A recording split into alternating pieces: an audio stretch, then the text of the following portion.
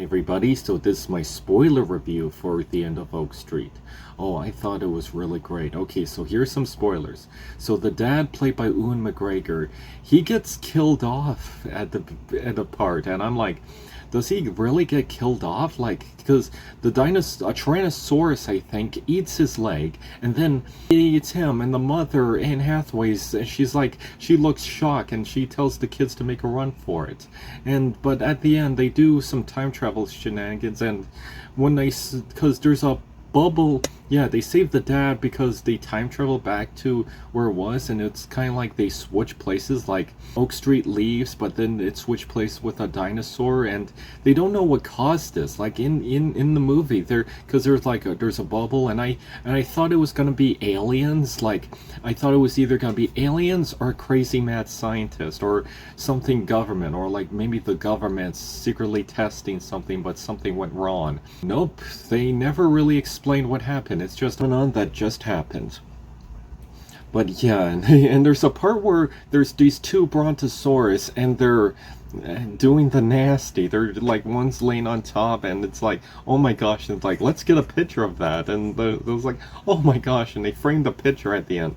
Oh, so they made friends with this girl who helps them out, and her parents got eaten, but then they time travel, and at the end you notice there's two of them now. So because I thought maybe one would fade away, or the picture would fade away, like in Back to the Future, but anyways, no one fades away, like everyone's fine, and it found this bubble thing that's kind of like a portal, and they go to the other side, and there's the pterodactyls that's trying to eat them. It's like, no, run! This librarian that shoots the alligator things and goes and there's like these alligators. Oh, and there's a part, like, there's a Tyrannosaurus Rex that's walking up to them, like the characters talking, and then there's a Tyrannosaurus that's walking up to them, and it's like they don't notice it. It's like, ah, dinosaur, and then later it eats the dad, but don't worry, they save the dad through time travel. They found this bubble that keeps teleporting them back and forth, and they did jump in the portal and found a way back, and there are some characters that got eaten. Like, if you saw my non-spoiler review, I don't like when cats get eaten. Like, there's a cat that gets eaten off screen, but it's a funny part where Anne Hathaway and Ewan McGregor are hit by a Spinosaurus, and they're in the house, and the house gets stuck on fire, and they have to make a run for it. There's a cat that sees it, and it's like, I'm out of here, I'm with you guys, I'm out of here. And it was really funny. There were some dinosaurs that were eating this cat on the porch, and you can vaguely see it, but it might be a cat, but I don't like to think about that. I wish they didn't do this in these kind of monster movies. Like, cats, dogs, like, I know why, but nah. They designed the Brontosaurus very different. Like, they look like they have hair on their bodies, and I don't know if those were velociraptors, but they had fur they have feathers, because they made them look more bird-like, like how dinosaurs might actually look like. And there's a part where a snake, like a giant snake, surps in. Is that a real thing? Like, they go in the building, and it's because you see it from the pool, and then you see it later and goes in the house, and the characters are just doing stuff, and you see it swarming in the house, and don't notice it, and then it opens its teeth, and it's like a mouthful of teeth, and it looks like it was about to devour the mom. But then the son noticed it, and he didn't yell or say anything. He just grabbed an arrow and shoots it, and a roar, and then the mom was like, ah, and they all kill it, stab it, and they made a run for it. Oh. But there is a happy, kind of a happy end. They go through the bubble portal, and they go through the teleport back home, and they're in this woman's pool, and they say it's 1982, and then the woman was like, get the heck out of my pool, what are you doing? And then they make a phone call, and then they told all the people that got killed to leave home, and they found the dad, and he's a pizza delivery guy. There's this whole subplot where the parents might get a divorce, and they're even seeing that, and they're like, no, we don't want to get a divorce, and they resolve their issues, and they live in a new house. And now there's two, because there's a girl that helps them, and her parents got eaten, but like I said, two of them now, so it's like a time paradox. but yeah, no one gets faded away, or they don't change timelines.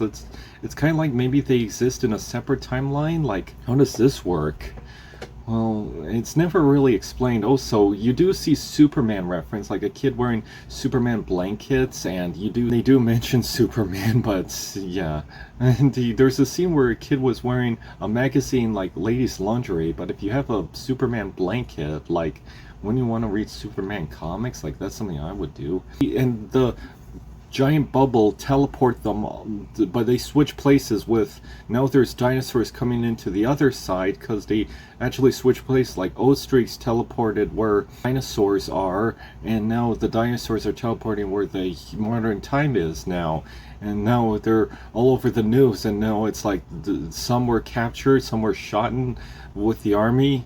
Kind of wish they did that with Jurassic World Dominion, but I think they kind of did that, but you know, they need to do more with that. But yeah, it got really intense, and then they, at the end, they wrote a book. It's been 2 years, but they never explain who's responsible for it. Maybe there was an after-end credit scene, because my dad laughed. He was like, this isn't like the Marvel movies, let's just go.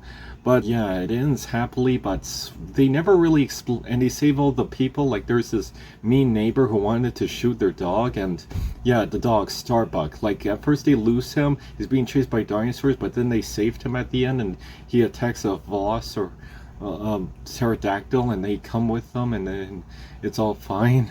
Yeah, they save dogs, but they don't care about cats. Come on. But anyways, they go back. They're at home. They're having a barbecue, and now there's twins. Oh boy! But they don't explain what caused the portal. They mention like sometimes a wormhole can cause this and that through science, and like I kind of want it to either be like, if you're doing a giant portal dome that's teleporting, that's time traveling, like you could have done something like Aliens. Like I thought it was going to be either Aliens or Mad Scientist. Like, but I know that sounds like something out of a comic book, but it would make sense in this. But no, it's just they never really explain it. It's all up to the imagination. I guess it makes it more scarier, but yeah, it gets really scary. And I said this in my non-spoiler review, but my dad says this is like an X-rated Jurassic Park. Like, this makes Jurassic Park look like a kid's movie because there's more scary scenes where they're all getting eaten. But anyways, what do you all think? Did you like End of Oak Street? Did you thought it was a cool movie? What did you thought? Did you saw it? If you didn't, sorry for the spoilers. You shouldn't have watched this. But anyways, what did you all think? Did you like the movie? Comment below, tell me what you think, and see you next time.